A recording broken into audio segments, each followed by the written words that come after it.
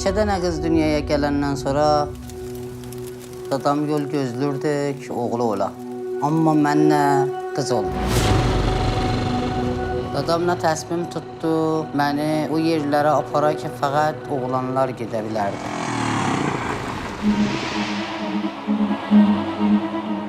Ara sen geldiğinden şour olurlar. Sen gelsen şour olsan senin rengin çok olur. Olmaz, cür gelmez bizim. Ağfekkerlerimiz galacanan kalkı devletmez bizim cürende olur. Deyərəm bilə, nereye gəbələ ya? Hanım bak bize 5 nefer.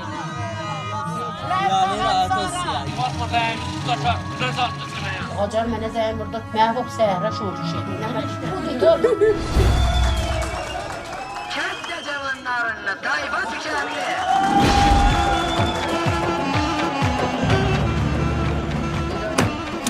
Sanki bizim gittiğin bir ata babadan vardı. Hayatın senatı yarısın buraya kadar yol getiriyor, onu kontrol eder. شما خودتون رو در این حد ببینید که میخواید دکتر بشید، میخواید معلم بشید، میخواید مهندس بشید. حاضرین همتون دیگه؟ Hamımız zirəngiz. Hamımız başara bilir. Hamının elinden gelir. Anlaşa bucu bağla, o.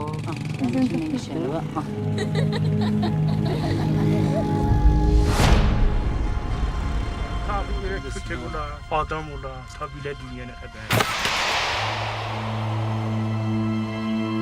Çağırgışı götürək meydan çıxardıraq. Hər nə mənim xud-xudu olmaz ki. Bunlar çatanda mənə ağzına gələn deyirlər, mən onu eləyə bilməm.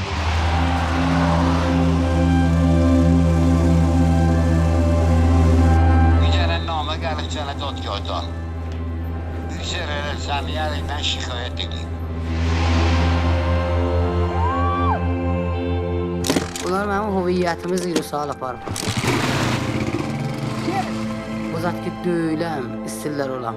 Ola istirlər, mənə təğyir verirlər. Ben sen seni behrolam. Ya. Vallahi.